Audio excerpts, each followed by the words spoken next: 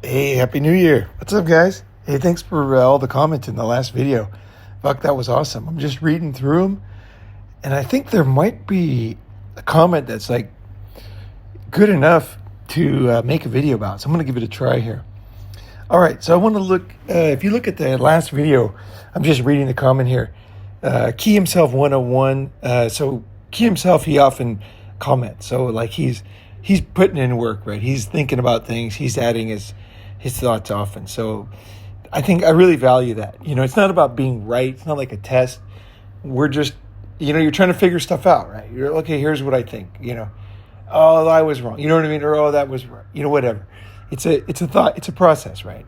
And I appreciate input. So anyway, let's read this thing here. So I got to be honest, Ronin Man, it wasn't that much different overseas. They still wanted my money. They still pressured me to get married. They still left me for better options. Okay, and then there was a bunch of comments. There was 7 replies, including mine. I'm just going to go through them real quick here. In case you're walking around, you can't read them. A lot of big guys listen to the videos and don't watch. So someone said, exactly, they have the same biology and adapt to the environment.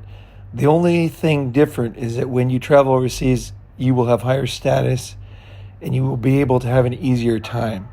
If you had power and appearance higher than 90% of the men in your native country, then you would get the attention and love without needing to travel.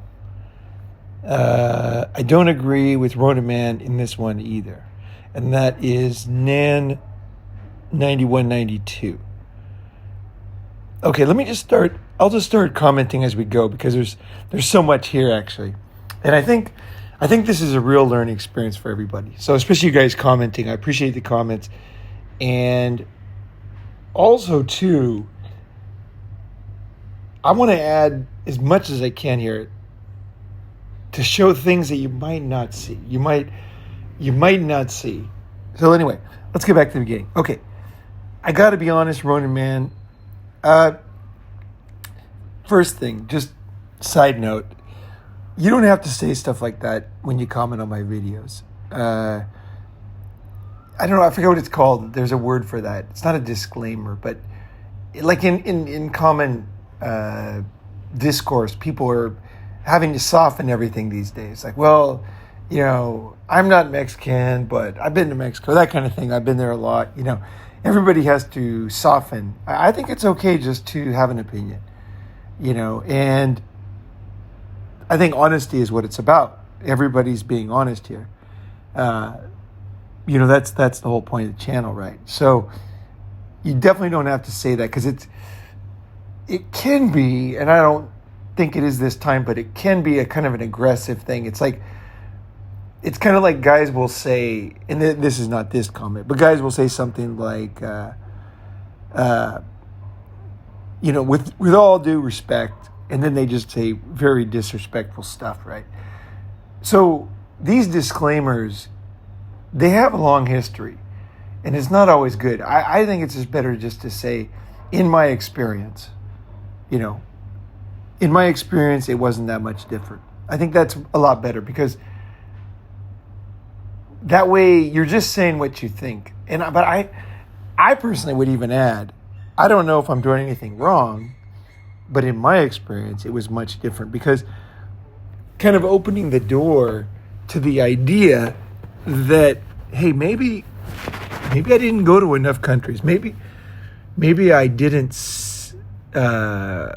something in my mindset didn't let me see something or whatever, because one of the biggest problems is confirmation bias with humans. So we go somewhere and whatever we think or we hear some idea, we just kind of agree. Oh, I like that politician, or that's a whatever. We agree with what we agree with, and we kind of like don't agree with what we don't.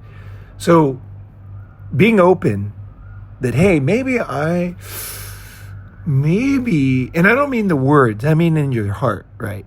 Like maybe I didn't see everything, because for myself, I'll just give you my opinion or my thinking. I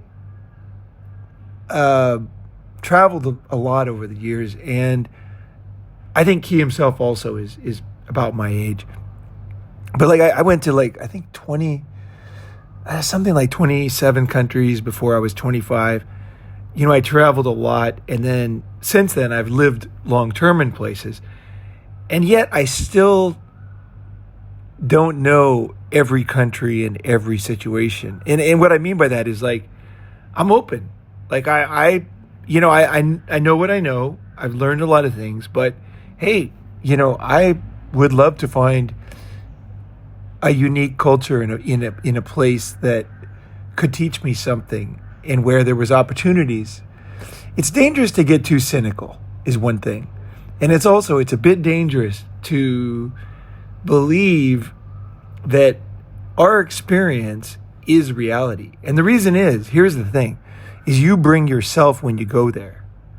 So what I see in Thailand, and I was going to make a video called Date with a Whore. And I've been thinking this for a long time. And it's a good time to kind of throw the idea out there. So date with a whore. So I'm living in Bangkok. I often eat down in Sukhumvit, and I see Sukhumvit's kind of like that part of Sukhumvit is basically there's a lot of bars and bar girls and that kind of thing down there. There's also parks and everything else. It's great shopping malls, and there's a ton of stuff over there. And I will say there's a lot less bars than there used to be. When I got here the first time in 1990, that area, there was bars like crazy.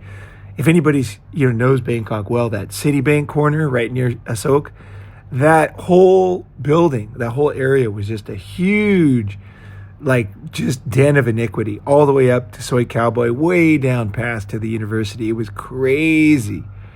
They had an elephant you could ride. That road between Terminal 21 and the where the Citibank is, or where it used to be, right on that corner where Soy Cowboy is. That area, that used to be dirt road when I got here, and it was like there was an elephant you could ride for a few baht, standing there.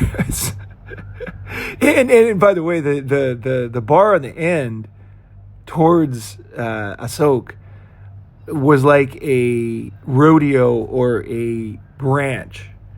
It was like dirt and trees and stuff. And there was like these little Christmas tree lights, and it was owned by the CIA guy who started that whole area, the black guy. They called him Cowboy. And so Cowboy, I believe he was still alive then. I heard about him. I think I even saw him, but I'm not sure. I don't know his biography. But anyway, so in that area, you often see guys walking around hand in hand with a girl who is a prostitute. And the reason why that's important is it's very important, very relevant to this comment, is because, okay, it wasn't that much different overseas. The problem is it takes time for us to change, to adjust to another culture. So we bring ourselves into every situation. Okay? And I really think you really don't, it's hard to really see yourself from the outside. But like when you go to a movie, when you go to like like New Year's just happened here, New Year's Day, party, you forget how like locked into yourself that you are.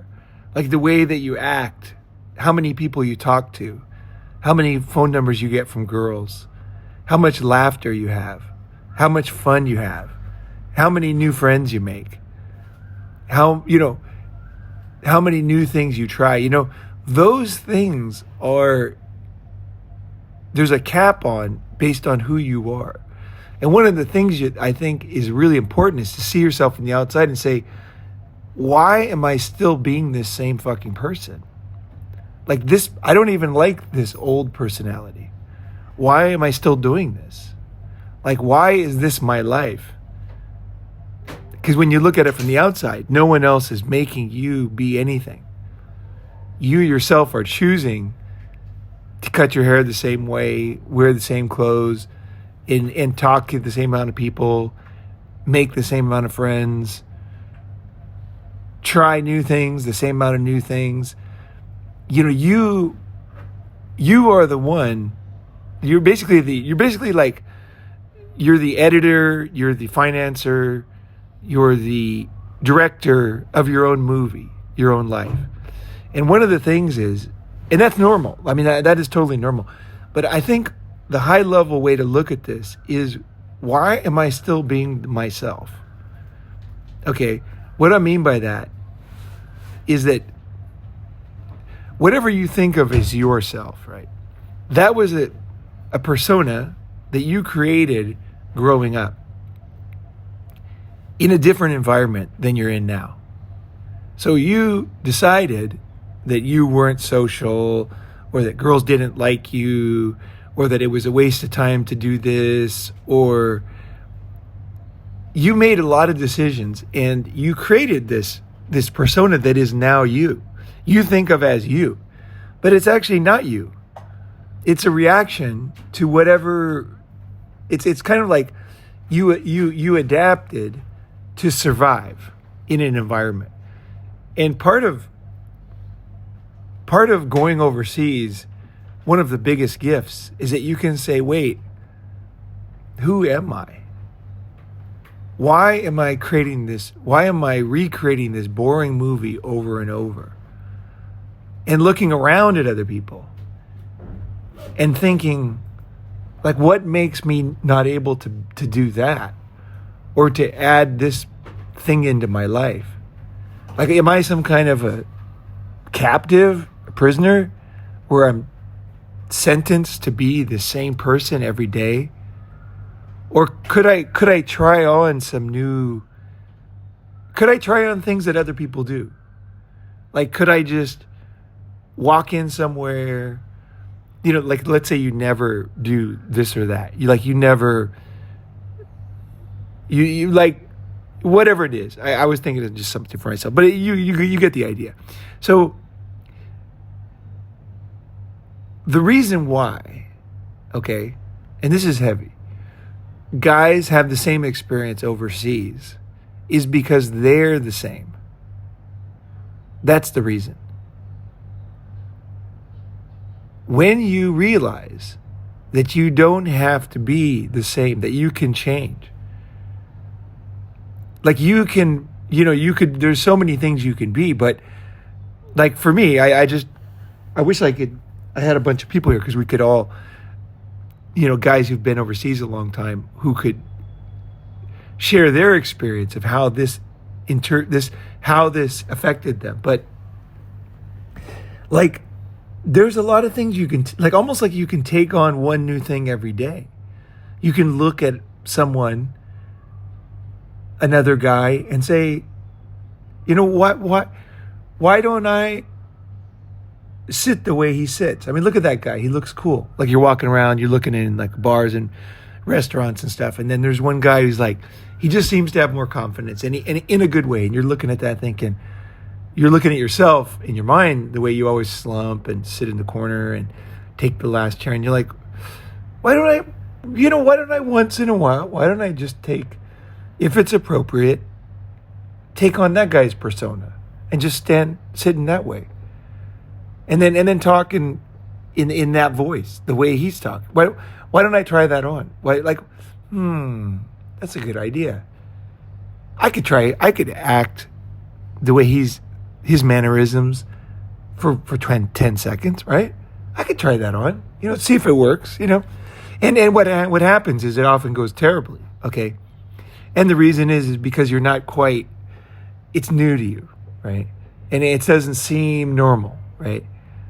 I know for myself, when I started doing pickup and just approaching girls, it was really uncomfortable.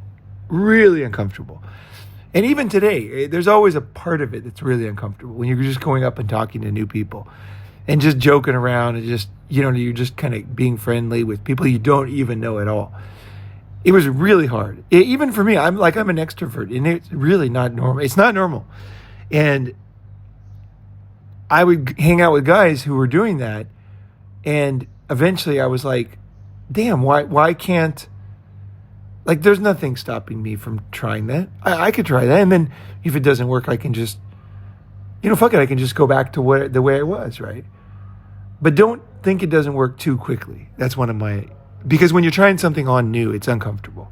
It is. It's like trying on a new shirt, trying on clothes that you think are too, whatever, too bright, too whatever. And then your friends are telling you, you look great in that. It looks great on you. And you're like, no, I can't wear that. I can't. Oh, no, I can't. Not sure. And then finally you're just like, well, fuck it. Well, geez. Okay. Yeah, I just thought of something for myself. Like, right now I'm just wearing a pair of shorts, right? No shirt, no shoes. I'm just laying here, windows open, 2025, January 1st. And I used to not want to go shirtless. And I don't, of course I don't do it in the city, but I mean, what I'm saying is just like even laying around, like I always had a shirt on. Even by myself, I just had a shirt on. And I don't know what it was. I guess I just thought I didn't look good, or I thought it felt too open or something, or maybe like it was going to look like my gut was hanging out or something.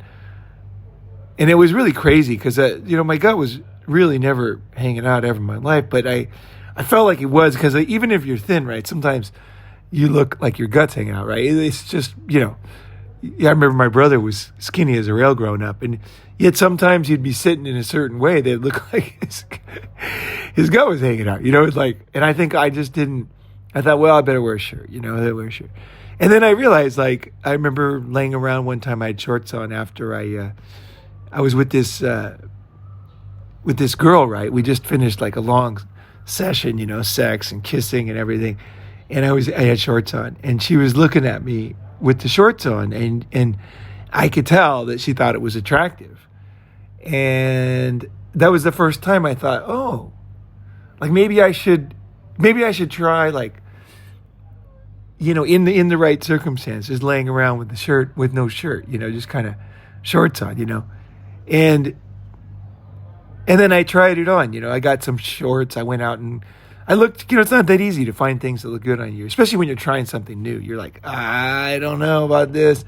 But then you look around at other cool guys and you're like, that are doing that. And you're like, okay, he's wearing those kind of shorts. Okay, that looks pretty cool. So let me see what I can find here. And then you go look around, then you find something. And I found something, and then I was like, I'd be wearing it. And I kind of knew I'd have girls over, and like, I knew it kind of turned them on at some level, And so at some point, this was in the 90s, and I became comfortable with that, and it was me. And so it's like one piece of the puzzle at a time. We question the things we do, and we try new things, and then we get different results. When you don't wear a shirt, it is hard to be, when you do wear a shirt, when you're always covering up, when you're ashamed of your own stomach, right? It's hard to be seen as a sexy guy to girls. It is. I like wanted to be seen, as not just a nice guy or a good guy, as a sexy guy, like at some level, right? At the best level I could do, right? And I thought, yeah. One other thing happened. Yeah. So I was going to work one day. I remember I camped in Enoshima. I used to camp on the beach. Believe it or not, they used to let me camp. I'd camp on the beach. Monday morning, I got up. I had my suit at work when I was headhunting. And I remember I was working at, what was it? TMJ. I think it was called TMJ. And TMT. I was working at TMT. It was my first headhunting job. And so they were right downtown in Tokyo, right?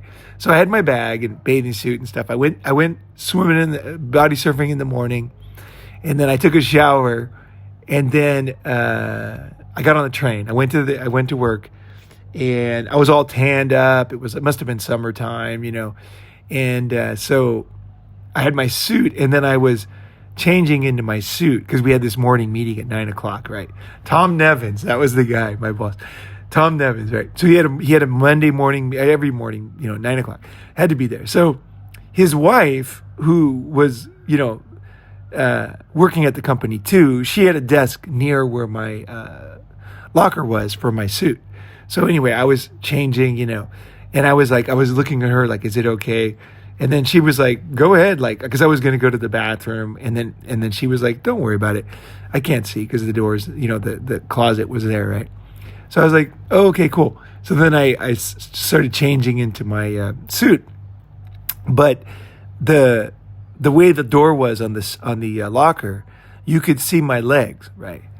And then she looked over, and then she said to me, she just looks at me like in this, like, all of a sudden, like, real sultry voice, she goes, don't show me those legs this early in the morning, and those bare legs. And I realized that she was turned on, like, and she was coming on to me, and I was like, okay. And then I realized, hey, a guy's legs can be sexy. Like, that for me was a revelation. I had no idea. I thought guys' legs were like dogs or something. I never thought of like guys being sexy. To me, that was like totally, that was impossible to even imagine, right? That guys, like me and my brother would just be cruising around. It never even crossed. I honestly thought growing up, I guess that I'm just, like my psychology, right? I just never saw guys as sexy at all. I couldn't even like imagine that. I thought dudes are just dudes, right? Cruising around. We're doing our shit, whatever, like munching food down our face. And, I never thought of guys. I never could even imagine. And then when she said that, I thought, wow, because she was older than me. I thought, well, a grown woman could see my legs and be turned on. And it's totally obvious to me now. Of course, legs turn on girls, and skin, showing skin turns on girls. I mean, it's all at the level of the situation and the situation she's in and her personality and how I look, how you look. There's a lot of factors, but all included, yeah, women are turned on by skin, just like men, I realized. And so as soon as I realized that, and this is a heavy realization, the difference between a bad boy and a good guy sometimes is just showing skin to girls, because it shows a confidence. It shows that the guy's confident, and he's going to be confident naked, right? And that's something that's really like a guy who's not confident. That is just not sexy to women. And I know in the West, like, there's this idea of the guy with the leather jacket and stuff. But I mean, I don't know about that.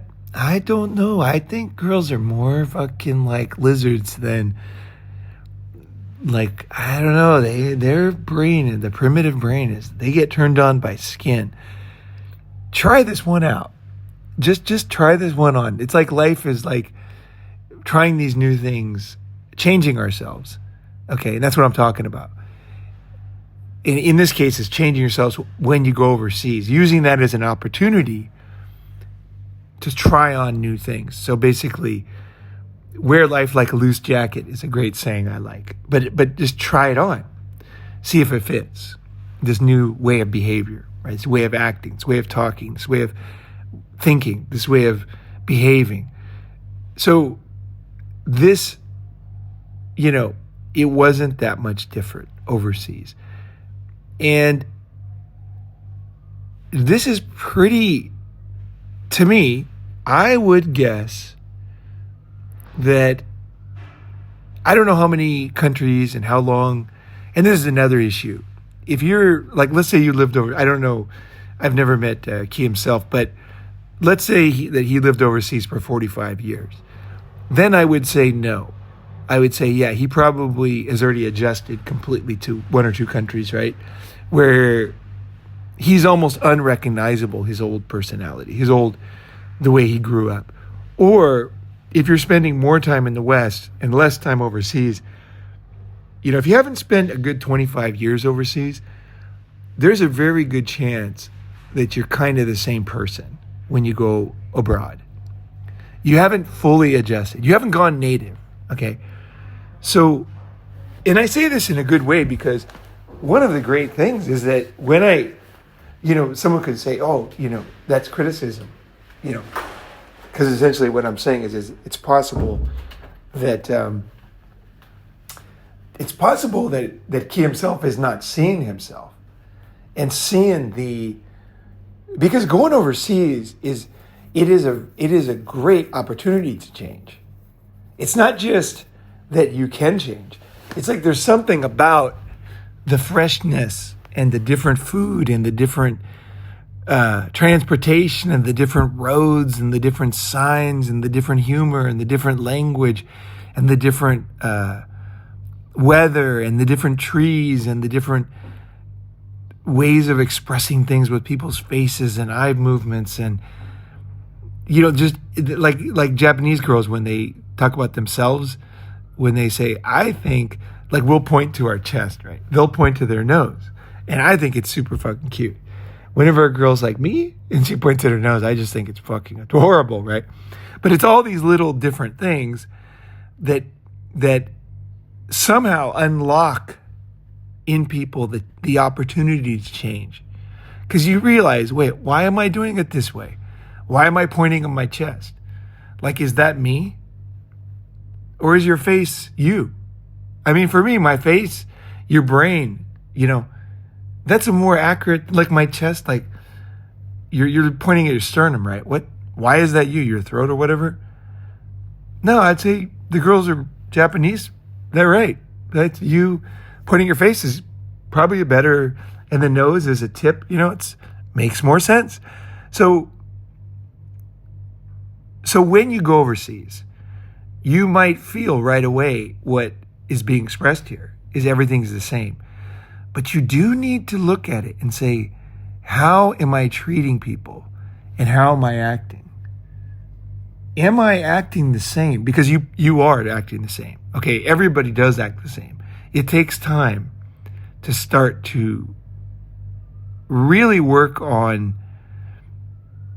allowing in new behaviors and ways of thinking. Well, it's a period of like hardcore testing. Okay. If you want to speed this up, you got to get out and try. Like, let me try this.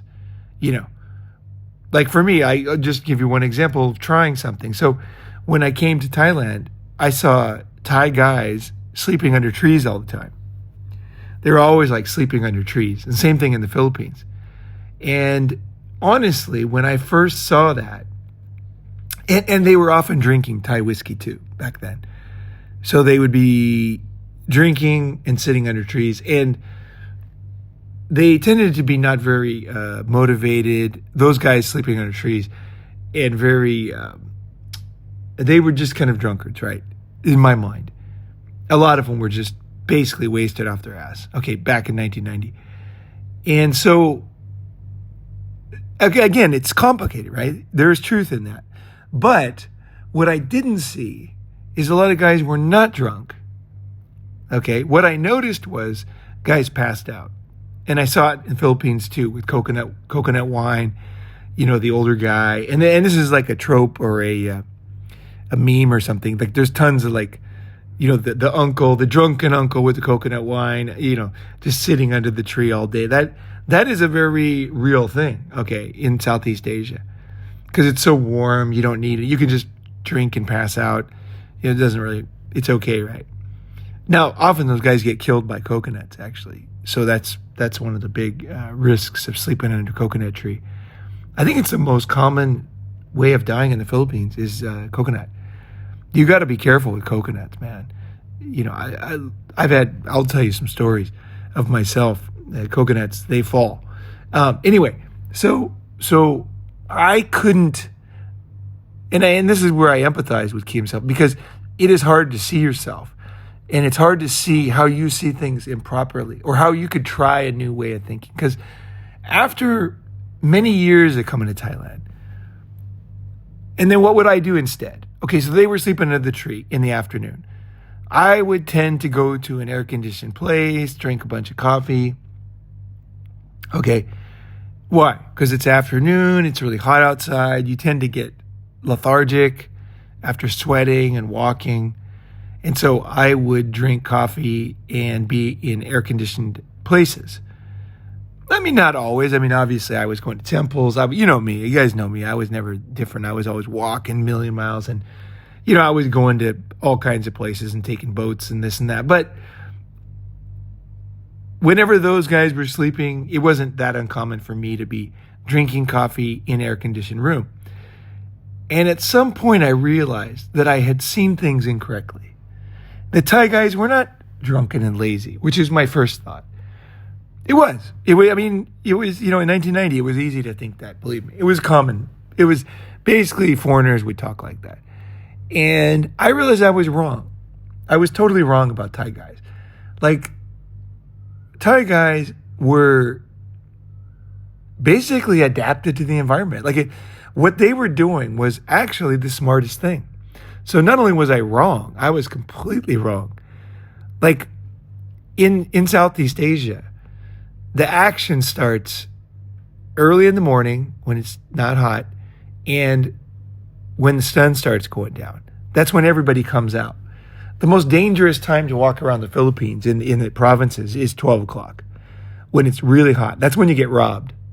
The exact opposite of the West, where you get robbed at night. You got to watch out. Noon, don't go out. Be careful. Depends on how rough the area. I'm talking rough areas here. Basically, I like to go to,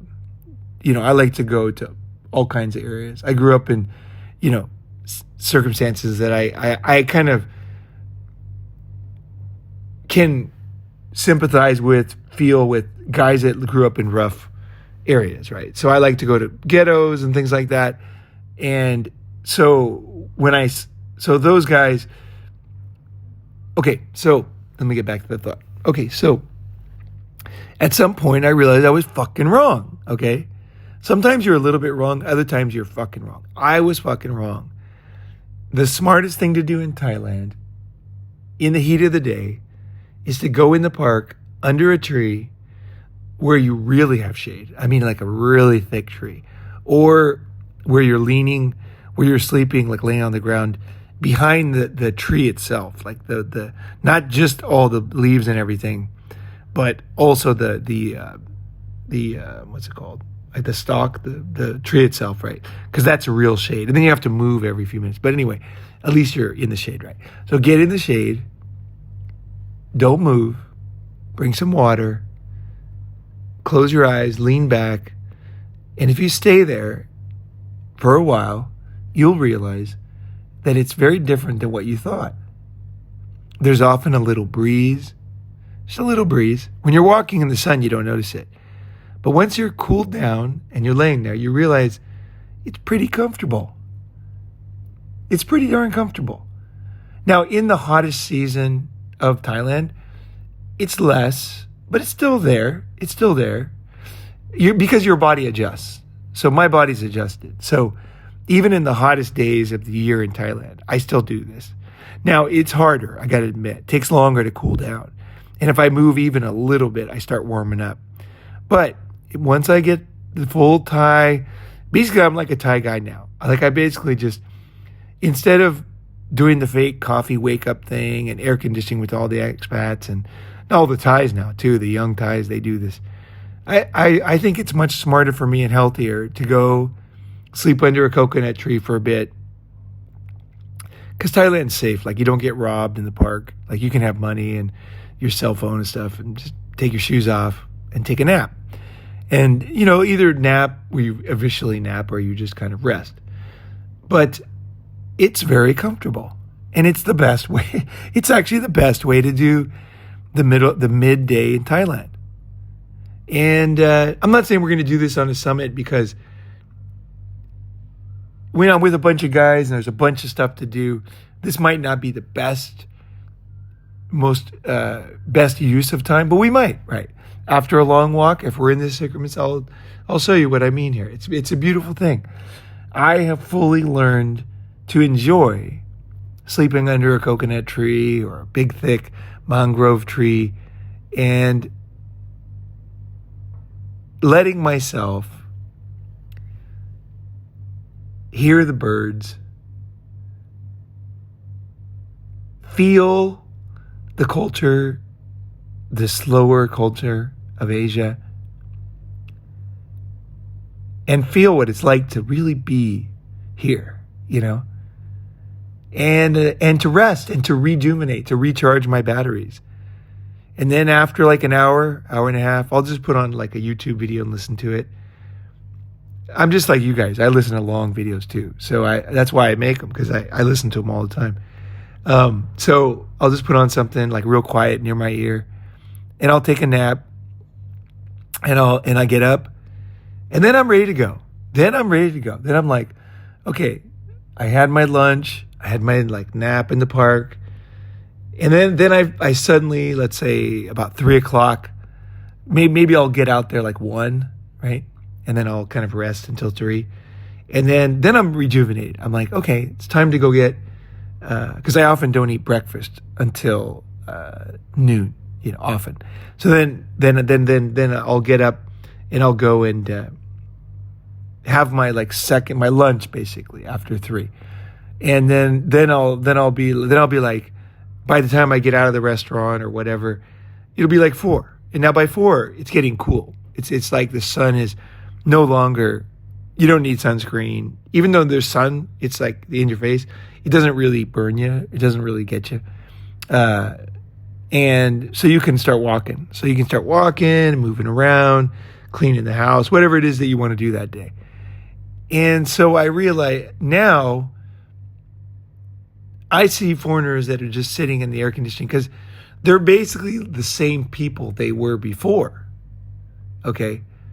And they haven't either had the time to adjust or the inclination or the flexibility to change. But for myself, I like to constantly adjust, constantly change. And when it comes to dating, it's very serious, because why are guys on dates with whores? Guys are on dates with fucking whores. They're basically, really, truly, guys on, and this is the video I was going to make, is date with whores. They're basically pathetic as fuck, okay? And this is what I really think. It's the reason why, when I see guys holding hands with a whore, walking down to convit, I can see a guy who is so blue-pilled, and you'll see this, that he's willing to pay for fake affection, not just pay for sex, right? But pay for his fantasy of a date with a younger woman, even though she fucking hates you, hates the guy, and she hates this whole situation, doesn't appreciate it. It's not like a date. See, it's different than a date. A date is completely fake to me anyway. I don't date. That's the first thing you learn in PUA, right? So don't date. But like traditional dates, you just don't, right? And I saw a lot of guys on dates last night, New Year's Eve. They had these like flowers wrapped in plastic, and they were all waiting. They looked like such simps last night. It was crazy. I was cracking up. I was like, the simp army on dates is here. But anyway, so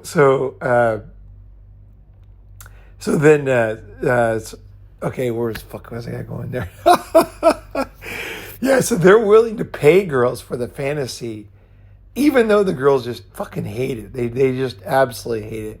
It's so embarrassing. I find the whole thing so embarrassing. It's embarrassing for the girls. It's one thing I can see guys paying for sex. That makes sense, right? It's like paying for food, right? That makes sense. You're hungry, you pay for food. Okay, fine.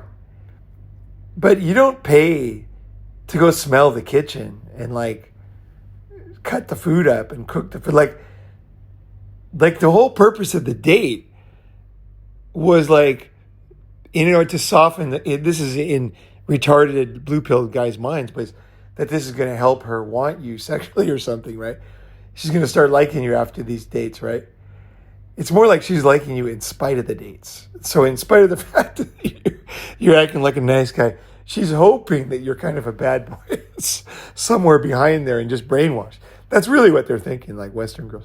they're hoping, they're like, oh, he's doing it, but maybe he's not really, so brainwashed. They're hoping you're not a complete simp, right? Anyway, so, but these guys here, because they're blue pill. So they're fucked up in many ways, right?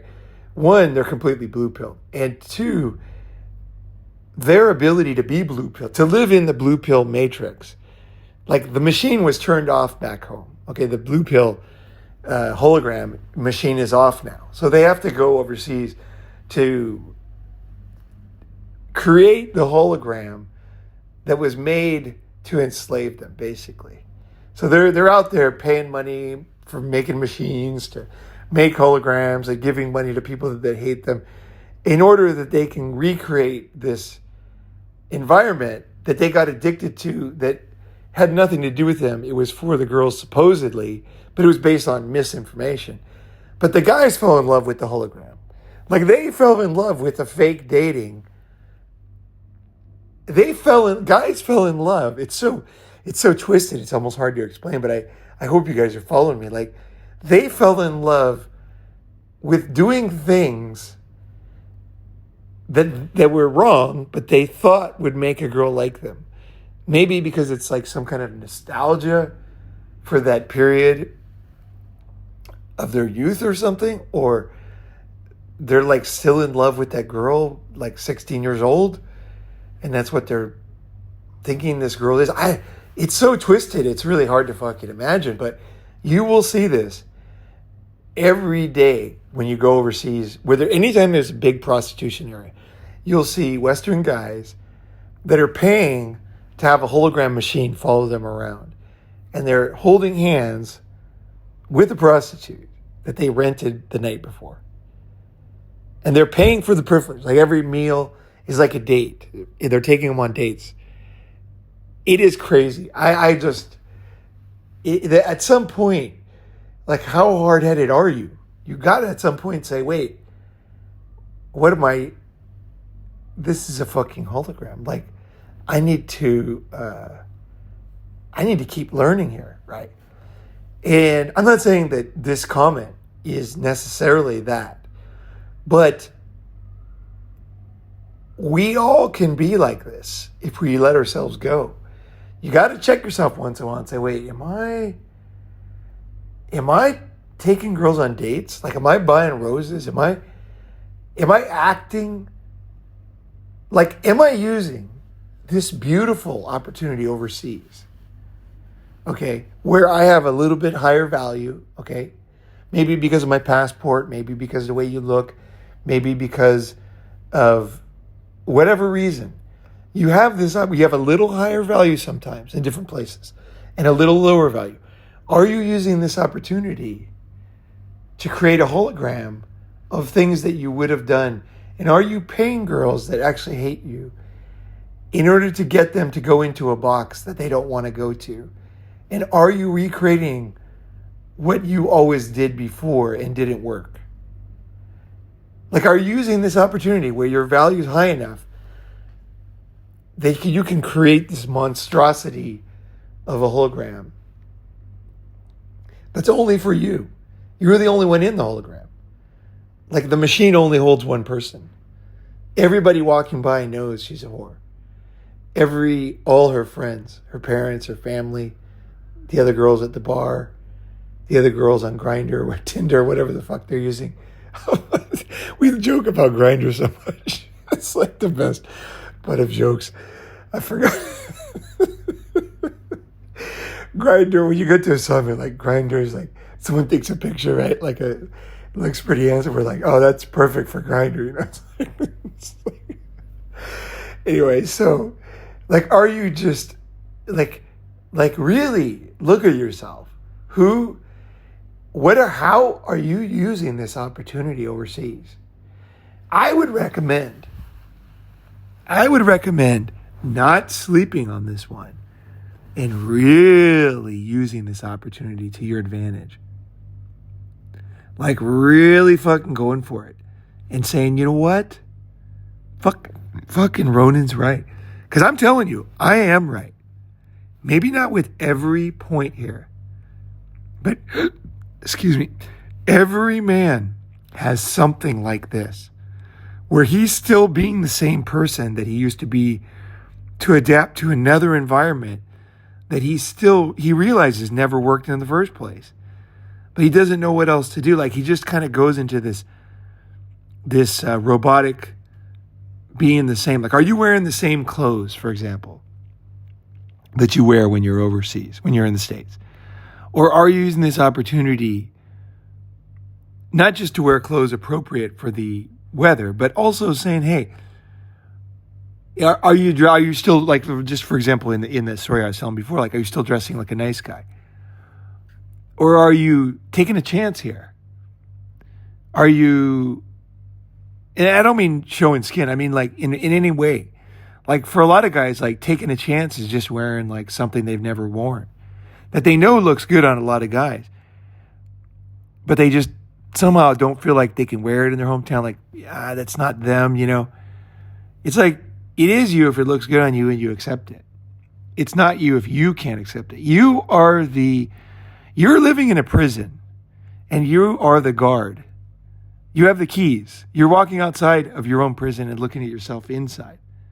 There's nobody else there. You're turning on the hologram machine. Like, you're running this whole thing. And at some point you realize, wait, what am I doing? Why am I doing this? Nobody else cares. They're fine if I try something new. These other guys, these other people, society, they don't mind if I wear a bright shirt, that I never wore. They don't mind if I try wearing a tight shirt, or I'm not saying this is the best thing, but I mean, like, anything that pushes your boundaries, right, is a good thing in my experience when you're trying to change, right?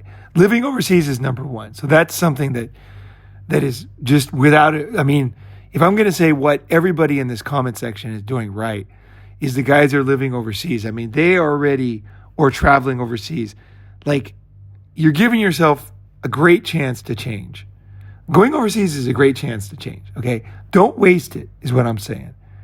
Speed up the process. See yourself, okay? And I'm not talking to one guy here. I'm talking to everybody. We all have that. Okay. I'm going to break down these other ones here. So they still wanted my money. Okay. Now, I haven't talked to Key himself, so I can't say for sure. But I will say this. I'm going to ask some questions, and this is questions for yourself, for Key himself, and also for other guys. Why do they know you have money? How do they know that?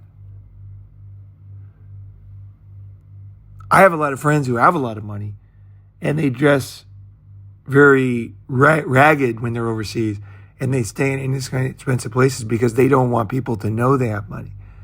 So think of things that you could try on.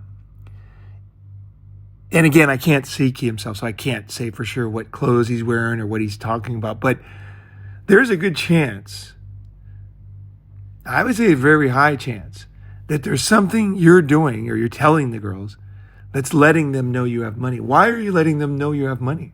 How could they know that if you didn't tell them? What are you in this fucking hologram still? Like, the hologram is, like, back home, is that you got to have the nice car, you got to have money. If you think that's what girls want, okay, so this is your hologram. You think girls want money. Meanwhile, guys in pick up girls with no money, fuck them in their cars, in a closet. Like, that is not true. Girls don't want money. Maybe the girls you get want money because you are showing them you have money and you're telling them.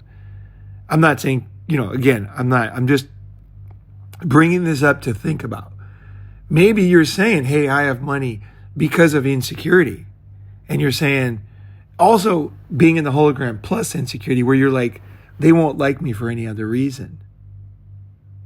What if you were a guy? What if you were the guy that girls call at 3 a.m. to fuck after going on a date with the guy with money? How about that? What if you were the Chad that they call? And what if you could be chatty in this new country. Wouldn't that be cool? You didn't have to be the simp with the money. You could be the guy with no money who just comes in and rails them hard and they fall in love with. What if you could be that guy? Maybe who you are isn't who you are, but a combination of the way you were raised, you were told to be, lingering insecurities, and misunderstandings of women that they want money. They want money from simps, okay? They don't want money from Chad. Chad just comes in, pounds them, and leaves, right? So you know that logically, but maybe you think you're not a Chad, or you think that it's impossible for you to be a Chad. But I'm saying maybe you are Chad now. Maybe you could be Chad. Maybe you could try on that shirt. Maybe you don't have to tell them you have money. Maybe you avoid the conversation about money and never let them know.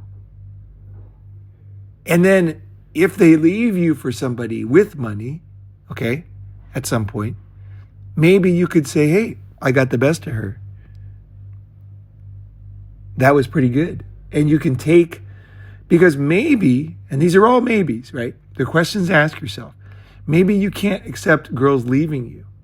And so you do things that will trick her. Maybe you exaggerate your money.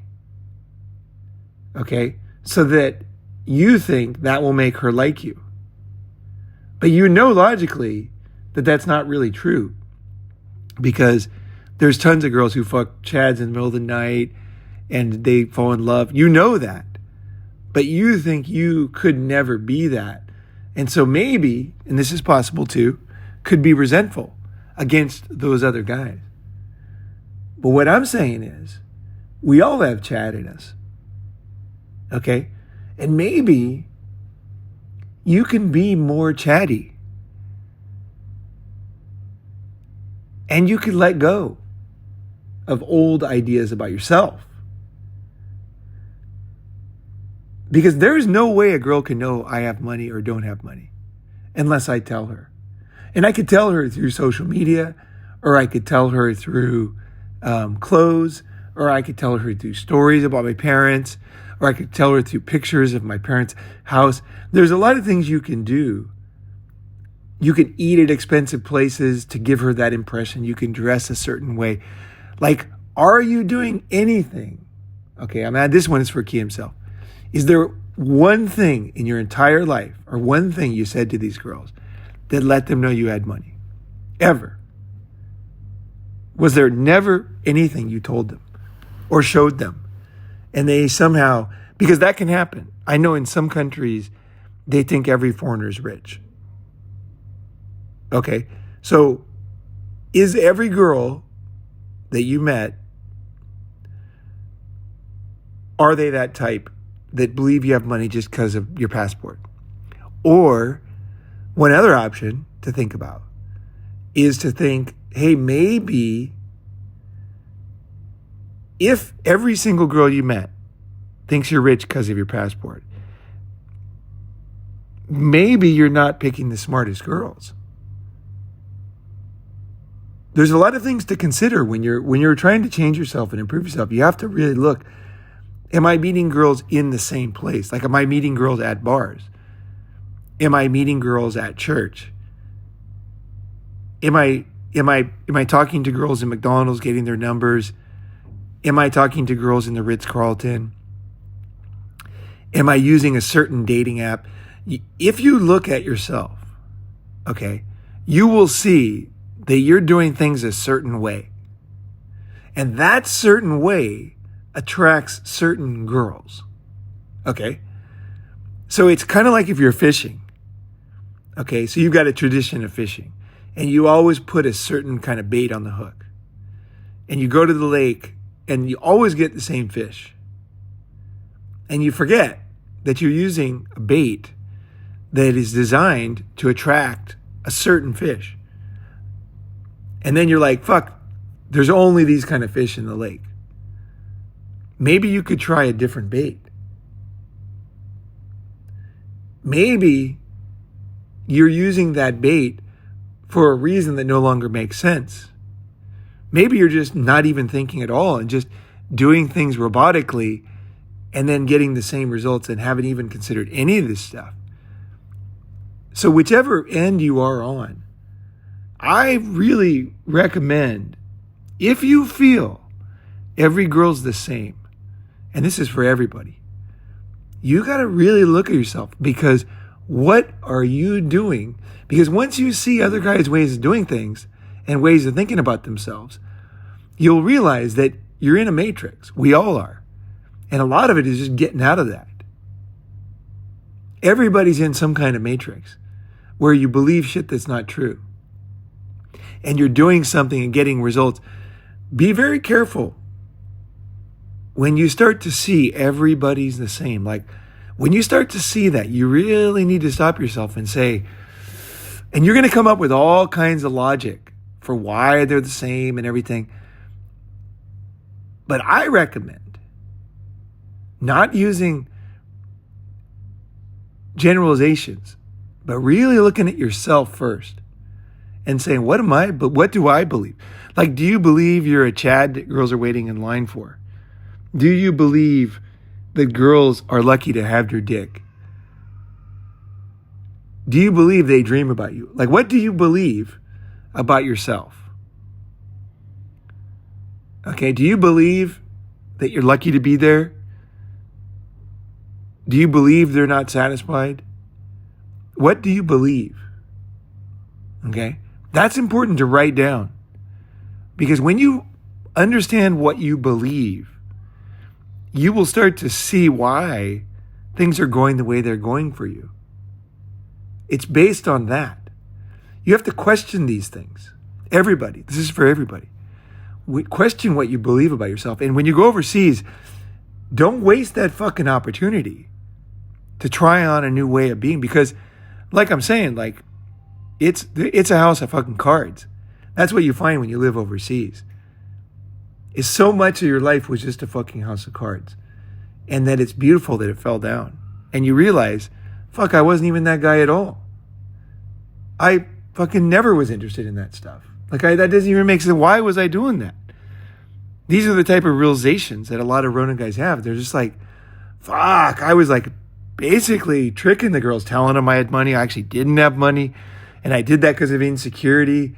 And that made me more insecure because then they left. You know, it's like, and also too, question yourself about what you want out of girls. Like, if you want marriage, then be honest about it. But it sounds like here, Key himself didn't. He says, they still pressure me to get married and they left me for better options. Okay, so they still wanted my money. They still pressured me to get married and they still left me. And then he put in his opinion, for better options. For better options. This is what tells me what's going on. For better options. There, I can read that one. Okay, that's a resentment. That's an insecurity. That's a very, very limiting belief. And let me tell you what else you could think. Okay, what I think, okay, if you want to try on a new idea. And I found this to be true. Okay, that's the thing. Like, some of these ideas are not even fucking true, right? Try on something that's true, okay? So for me, I was upset about a girl once. And I was just like, why did this happen? Why did she do this? And my friend, who's very, very smart, this guy's like one of the very wisest people I've ever met in my entire life. And I've met a lot of people. Okay, he's probably the smartest guy. I have to say, this guy is probably the smartest guy I've ever met in my understanding of intelligence. And he said to me, because I was really getting torn up, he said, you know, the reason why she left you, because he knew her, he knew the situation. He said, is because you're a bad slave.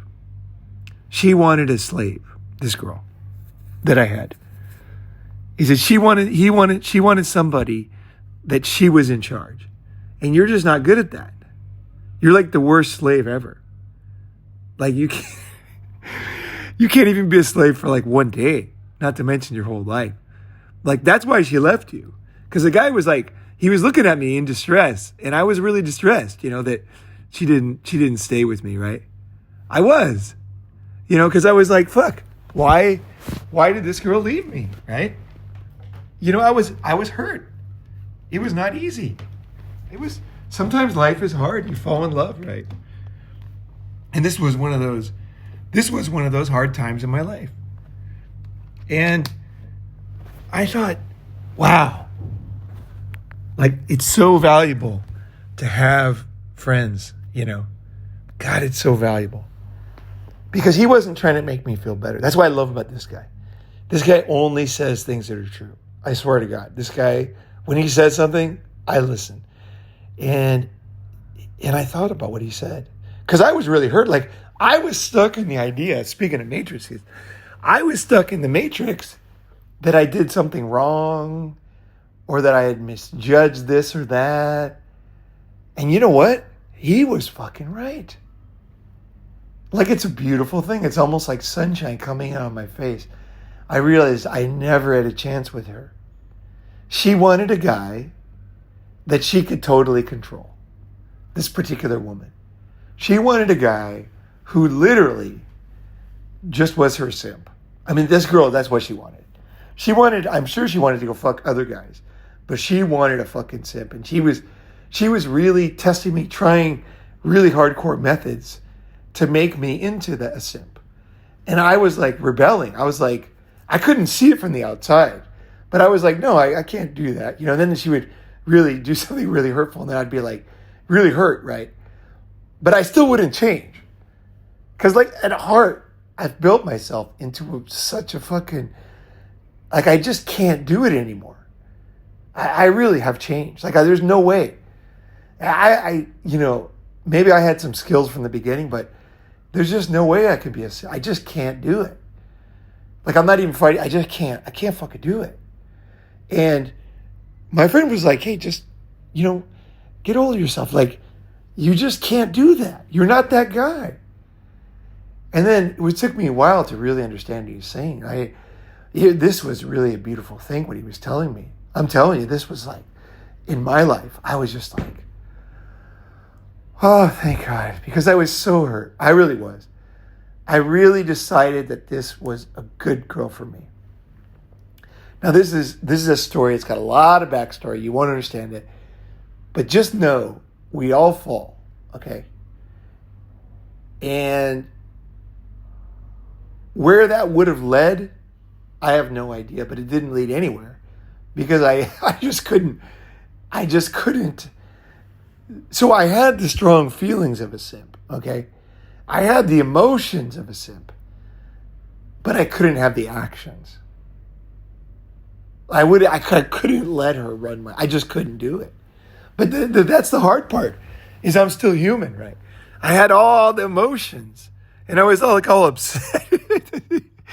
I was all upset, right? That she was not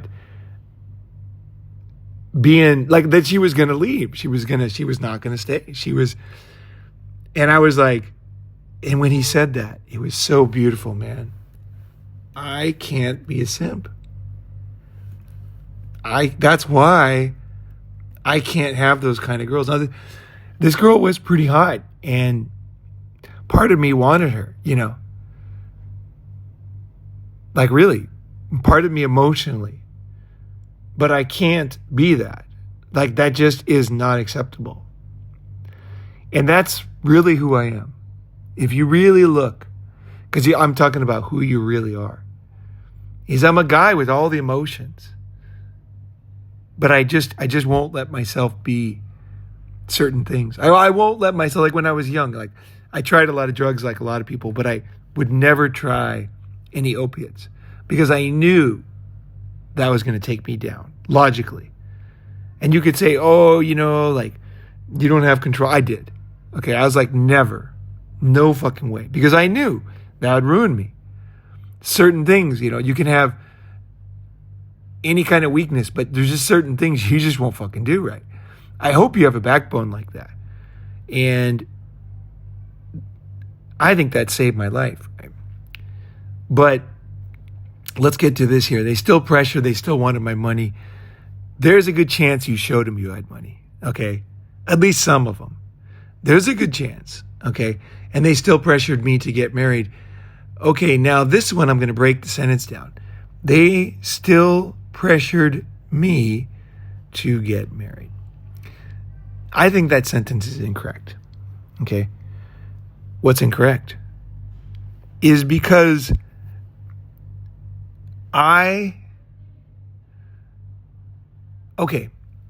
if someone tries to bully you, they can bully you if you allow them to bully you.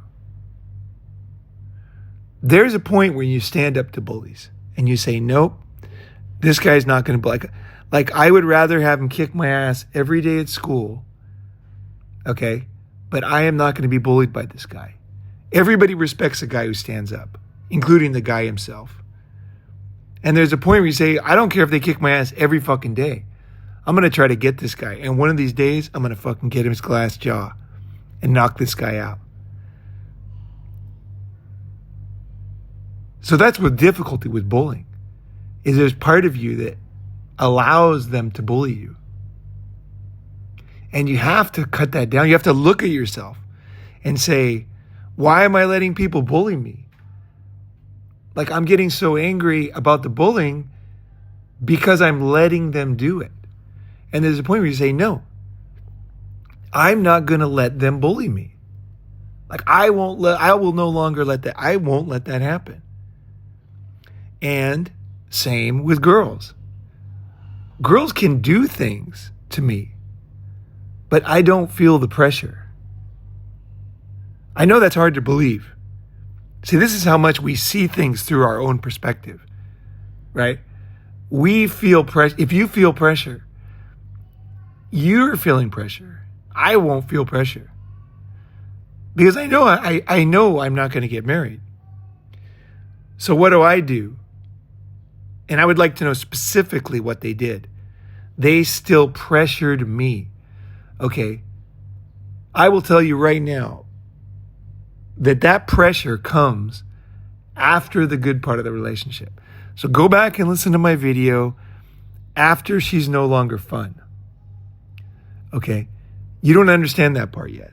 This is advice to Key himself. You have to understand that relationships don't last. Okay.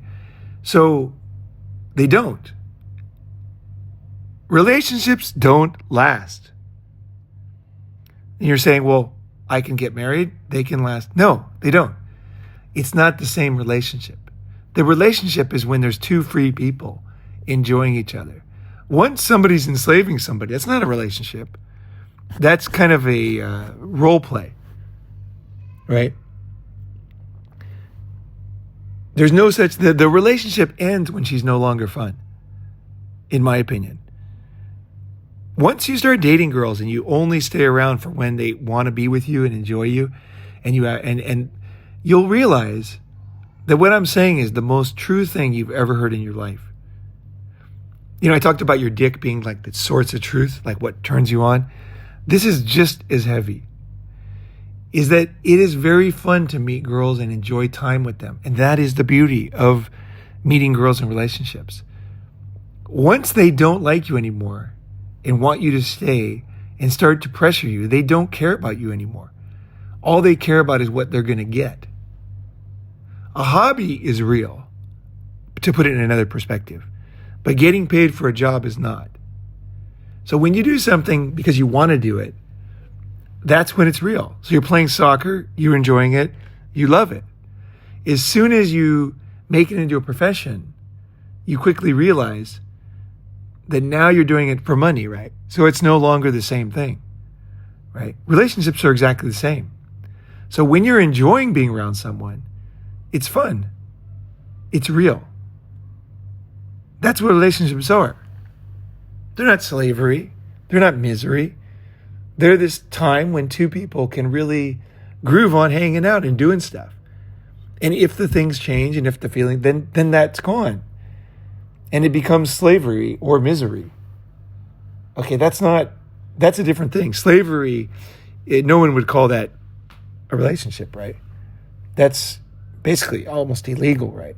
I mean, the original slavery is obviously illegal, but like what's happening to guys is like basically, I mean, they're enslaved, okay?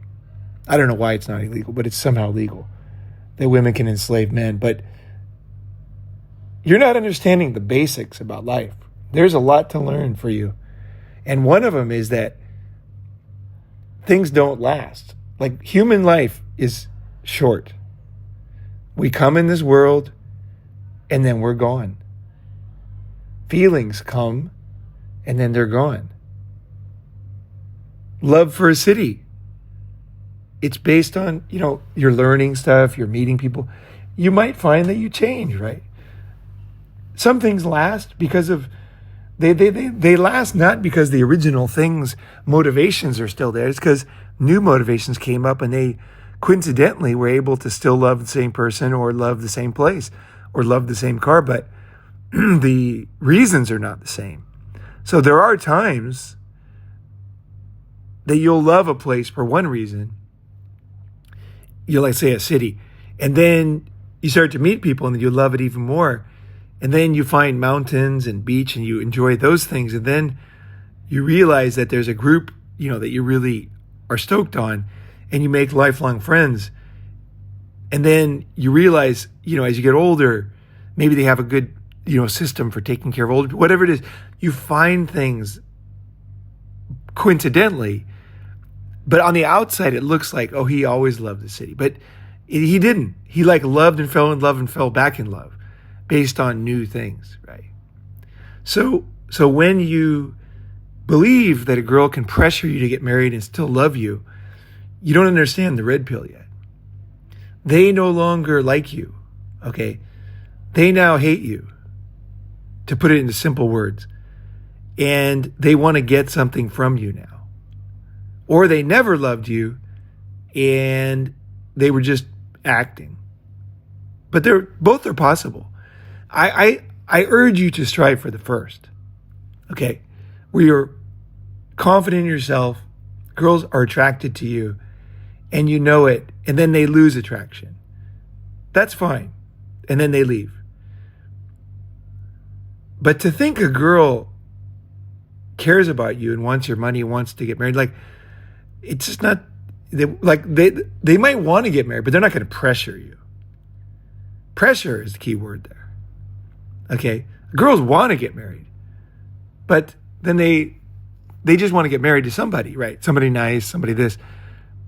Not necessarily you, right? They're not going to pressure you, right? Because they just find another guy if they want to get married. If they pressure you, it means that they don't really care about you, right? So you don't have to think they didn't always care about you. They might have cared about you, and then they stopped caring at some point. And you stayed. That was your fault. You stayed when they hated you. When they wanted your money, they pressured you. You stayed, okay, in hell. And then when they left, you considered the guys they went to better options for them. There's a lot of mistakes in this comment. And I want you to learn. That's the whole point of this channel.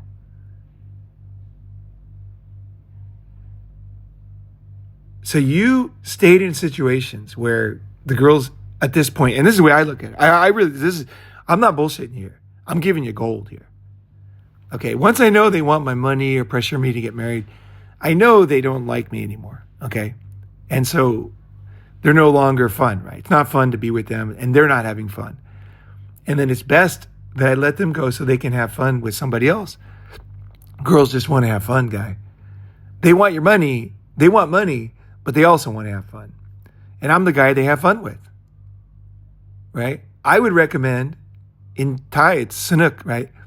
They just want to have Sanuk. And as long as they're having Sanuk with you, they like you.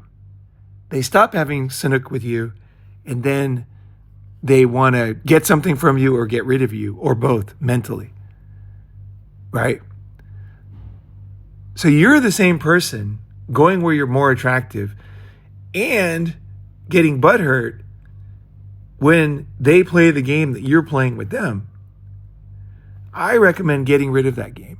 Never playing that game again. Never playing that game. Be with people when they enjoy you, when you enjoy them, and you see their faces happy to see you. I made another video that's very, very fucking heavy. You should definitely watch. I think it's When She No Longer Loves You. I think that's the title. And what I said in that video was, engineer a situation where you're in public, and this is how you find out if they still love you. You're in public and you don't see each other, and then they suddenly see you through a crowd and look at their face. A girl who's in love with you will have a certain face, and girls that don't love you will have a different face. So if you're ever in doubt, engineer a situation like this, and you'll know right away how they feel. And I'm telling you right now, they didn't leave you for better options. You thought they did. You believed that you were not a good option. But that's not true. You're a great option. But you're living the life of a bad option. And you're taking it overseas. Stop doing that to yourself. Stop staying with people that hate you. Stop letting them bully you. And stop letting them leave you. Right? The thing ends when they don't love you. Okay? And I just come up to them. I'll just say, basically yeah, the feeling is just not there for us. I can tell, I usually don't tell them. But I mean, if I was going to tell them in my mind, it's like, baby, you were so awesome, It's like that song, It's Too Late, by Carole King. It's just too late. We had something great, but it's too late. It's no longer here, sadly. So I'm going to move on, And you will realize that your life is your creation. It's your fault. It's your life. Right? And in these comments, I don't want to go on too long. And the second one, the non-9192, kind of same mindset. Still in the old mindset. Let's see here. Another one, same mindset. Then here's one that's I think it's spot on. Cap SFANDC said, all of you are missing the point. Marriage is the same everywhere, but dating is not. When you commit, whether it be to someone from Tokyo or someone from Baltimore, you lose all leverage. The key is never to commit. And even deeper, and what I said with this first one comment was, the key is to leave when the relationship is over. You're staying when the dog is dead. That's another one you should listen to. The dog is dead. I'll find all these videos. Yeah, these are worth putting on there. The dog is dead. The dog is fucking dead. And you're still trying to take the dog on walks. You're putting a leash on the dog and you're dragging it around, and the dog deserves a burial, Why the fuck, You're just walking around with the dog's getting all mangy and, his eyes are popping out and you're just dragging him along the street. The dog's fucking dead. Have the sense to bury the dog and give it the love it deserves, There was a time in the relationship when, before they wanted your money, when they wanted your dick, there was a time when things were good, right? And just realize that's no longer happening, right? So the key isn't to never commit. For me, the key is to leave when the love is gone, when the dog is dead. So you don't have to worry about not committing. That's like an action or stopping something. You just basically see it's over and then you say, oh, it's over. And you'll know it's over because you'll see her face. You'll go, sadly, this one's over. See you later. And it's not like a see you later, like nothing. I probably said it in the wrong tone because she didn't do anything wrong. The love is gone. What was that song? After the love is gone, right? After the love is gone. Sad, We used to be this, but you're not. And she can't recreate it. If she asks you, you can just say, if you want to tell her, maybe tell one girl. Don't tell every girl because don't get in the fucking habit of telling girls like there's some kind of truth tellers or wise. But maybe tell one girl just to make it clear in your mind. Just say, baby, the time was so good with you. I loved you so much when you wore this bikini. We went there. And I could see that you smiled, and I could see your face smiling like the sun. And I felt such great feelings for you, and I really enjoyed it.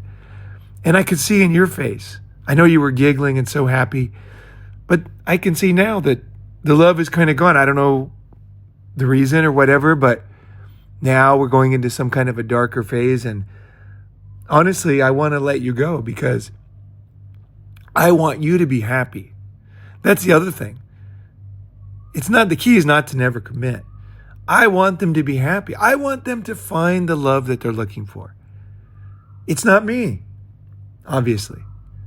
I could see it. If they want your money, they're not loving you. They want marriage. It's like they're just trying to get something, right? If they're pressuring you for marriage, that's not love. Right? What is love? Love is a boy playing with his puppy, right? You can see true love. Go around and look for fucking love if you don't know what it is. You'll see it all over the place. And then you'll see when it's not there. And you'll be like, okay, I understand, Ronin. Oh, this is a very heavy truth, guys. And then there's people trying to minimize the damage. The way you minimize the damage is by analyzing basically your fucking fucked up blue pill thinking and why you keep recreating this thing. Because there should be no damage. There's no damage, guy. You don't limit the damage. It's like, how do you limit the damage of an airplane crash? There was an airplane crash in Seoul the other day. No, you don't crash. Like you get out before the crash. It's very easy, actually. The only time that you can't limit is if you have kids. That's when things get complicated. And if you really love kids and you really want kids, you're willing to go through that. But you have to know that you're gonna have to minimize damage in that case, because there's going to be a lot of damage. Okay. Okay, Morpheus says true, but it's a short-term solution to a long-term problem. Men still want strong families. I did a video about this. I do want a family. I want to live in New York. I want to live in Okinawa. There's a lot of things I want. I want to go to the moon. I would love to go to the moon. I would love to have studied math instead of, and I wish I would have studied music instead of quitting. I want musical skills, right? I wish I would have studied math and learned math and physics better, like mathematically, not just concepts. Like be able to calculate the shit, not just take someone's word for it, which is my unfortunate position now. It's because I never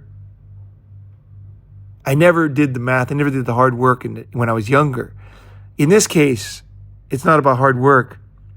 It's more like men want strong families. Okay. I want to live in Japan in the bubble. Like, you get what I'm saying? Like, and I have good reason for that. But unfortunately, you can't always get what you want, like the Rolling Stones song. So what do? You get what you need. Yeah, we want the family courts to be fair, but they're not. And they're not going to be fair in our lifetime. So we do want, that part is completely true. Yeah. We want stuff. Let yourself want things. Like, I'll end on this. Don't be a guy who has to shut himself down. Like, I don't want that. I don't want that. I'm going to minimize the damage. No. Feel your feelings. Face yourself. And you will live a free life. It will happen naturally. You have to let things go. You have to let things flow in and flow out. Love comes and love goes. You can let people love you. And when they don't love you, you can let that happen. And in truth, a deeper truth is you can't change people. You can only bribe them to pretend. And I don't recommend that as a good strategy. I don't. It's hard. It hurts. You want things you can't get. But be strong enough to want things you can't get. You know what I mean? Like, I wanted to go back to the bubble.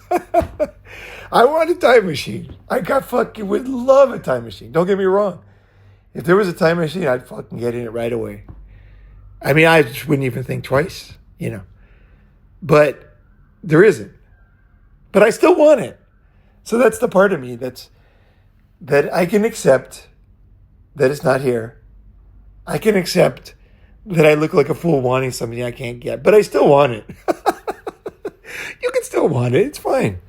Like, I think wanting a strong family, wanting children, like I really, truly, I told my ex, I want to have a bunch of kids. Like, I wouldn't mind having like 9 kids myself. I said 8, actually. I wouldn't mind having 8 kids. Like, I like kids. I've always been like the father type, teaching type. I don't mind kids destroying the house or the furniture. And, you know, I don't mind working hard. Like, I was kind of made for it. But it wasn't meant to be. I was born in this era. Just for a lot of reasons, it wasn't meant to be. And that's okay too. It's okay for me to be unfulfilled in that way. I still want it. I'm still built for it. But it's not going to happen. I still want to go to the bubble, right? So anyway, there's some red pills for you. I hope 2025 is a fucking awesome year, and I can't wait to meet guys in person at summits. So just let you know, I love when new guys come. It's fucking great. It is so great to meet you and see new people and learn new lessons. And it helps me in many ways. Like, that's the whole reason I started this fucking channel, okay? Was to chum the water and see if anybody else was interested in the bait I was putting out. Or like, apparently radio waves go forever in space. To send radio waves out to space was my thinking. And if anybody out there is interested in those ideas, to come. And that's why I want to fucking like come to a summit. Like, let's meet. Like, it's not just this thing I'm doing. Like, I enjoy it. And I know it's difficult. Not everybody gets along. Humans are complicated, you know. But I love summits. I fucking love meeting new guys. So if you can make it, come to a summit. I've got 3 in mind. We talked about, one was in either Las Vegas or Santa Cruz in probably February, early mid-February. The other one would be in April, early April in Guadalajara. Oh, yeah, one more earlier. The other one would be early February in Thailand. So it'd be either or for that. Either Thailand or Santa Cruz or Vegas. But it's going to need a house. You know, Thailand doesn't need a house. But for Santa Cruz or Las Vegas, we're going to need a house or somebody willing to rent. I know the hotel that will let us have a bunch of people over right next to the strip. We stayed there last time. It was great. Great location. Very reasonable price. But if someone's willing to support for that, you know, I'm willing to do it. Fly over, do the summit. It's going to be great. Last one was fucking awesome. Scotty P. Shout out to Scotty P making that one happen. Never forget it, Scotty. Thank you. It got so big we had 2 rooms. And Scotty P was like, done. Class, man. Fucking class. And that's what made it all happen. We all do our part. We need a house. Because we don't rent hotel rooms. We don't all stay in different hotel rooms in the States in our summits. And everybody spends $1 million per day and then meet for just a few hours. We fucking together a lot. Okay? That's why we need one big room. One big room. And Thailand Summit, I'm here. I got my another visa, fucking 15-month visa. I'm stoked. And I'm solid as fuck. I'd love to do it. We could do it in Thailand or the Philippines, actually. Early February. Theoretically, could do the Philippines. I could fly to the Philippines and then fly back to the U.S. from there to see my brother. So that's a possibility, actually. So Thailand or the Philippines or Santa Cruz in mid to early February, or Guadalajara in April. If you have another great idea, if you have a house, I'm open. So let me know. All right, guys. Thank you very much for being part of this journey. And I know some of the stuff, hearing some of the stuff can be hard. And I know some of these comments, never met the guy, so I can be rough, but I'm going on what's written here, right? I hope it's helpful. Thank you.